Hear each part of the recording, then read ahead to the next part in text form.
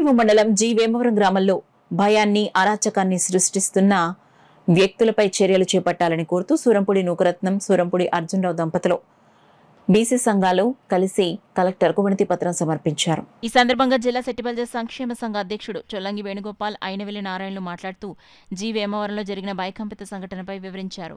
G Vemavaram గ్రామంలో శాంతియుత వాతావరణం నెలకొల్పాలని వారు కోరారు.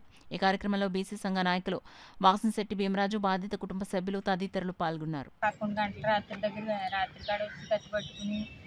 బయటకు వచ్చిన వాళ్ళు నరికేస్తాననేసి కత్తి పట్టుకుని వచ్చి బెదిరించారండి. ఇప్పుడు ఇద్దరు అనుకులు శ్రీనాథ్ అతను ఇతను బాబురావు, అనుకులు శ్రీనివాసు, అనుకులు నర్సయ్య ఓటు దాటి అవతలకు రావద్దని మొక్కులేసి కంచిలేసి ముళ్ళు కంపలు అయ్యేసి చాలా దారుణంగా చేశారండి. ఇచ్చామండి,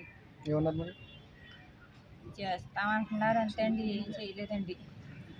మీకు వెళ్ళడానికి రోడ్డు లేకుండా చేస్తున్నారు. రోడ్డు అంటే నాన్నకు లేదనేసి ఆపేశారండి. పెద్దలు అయ్యి తప్పు అని చెప్తే మామూలుగా నాన్నెత్తాను అంతే అండి. పోలీసు వాళ్ళు యాక్షన్ తీసుకుంటలేదని ఇక్కడ వరకు వచ్చారు. మీరు మొక్కులు అయ్యి వేసాడండి, ఆ మొక్కులు తీసారనేసి పెద్దలు అందరూ కలిపి తీసారండి.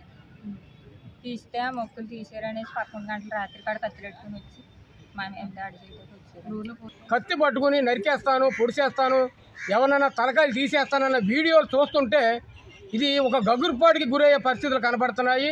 కాబట్టి దీంట్లో ఏదైనా లీగాలిటీ ఉంటే కోర్టుకెళ్ళి అది తేల్చుకోవాల్సింది పోయి గ్రామస్తులందరినీ కూడా భయభ్రాంతులకు గురి చేసి నేను అవసరమైతే నేను దేనికైనా సిద్ధమవుతానని ఆ కుటుంబం అంతా కలిపి ఆ తండ్రి కొడుకులట తలకాయలు నరికేస్తానన్న వీడియోలు చూస్తుంటే ఈవేళ ప్రభుత్వాలు స్పందించకపోతే ఆ యొక్క గ్రామం అపవిత్రానికి గురవుతుంది. ఎందుకంటే ఆధ్యాత్మికంగా ఎక్కడెక్కడి నుంచో ఎన్నో దేశాల నుంచి రాష్ట్రాల నుంచి ఆ వెంకటేశ్వరుని దర్శించుకోవడానికి ఆ గ్రామం ఇచ్చేస్తూ ఉంటారు.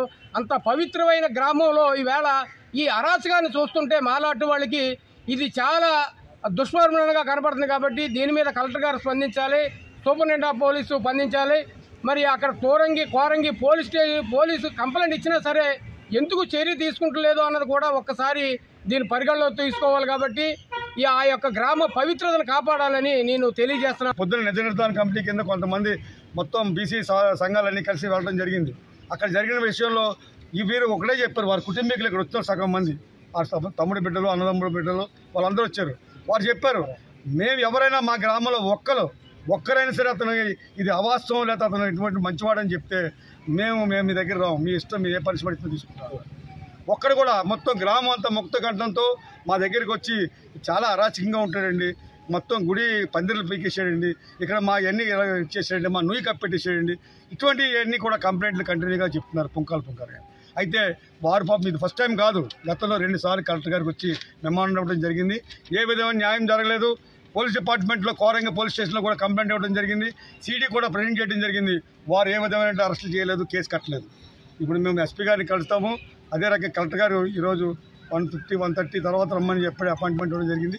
వారిని కలిసాక కలెక్టర్ గారిని కలిసాక ఎస్పీ గారిని కలుస్తాము.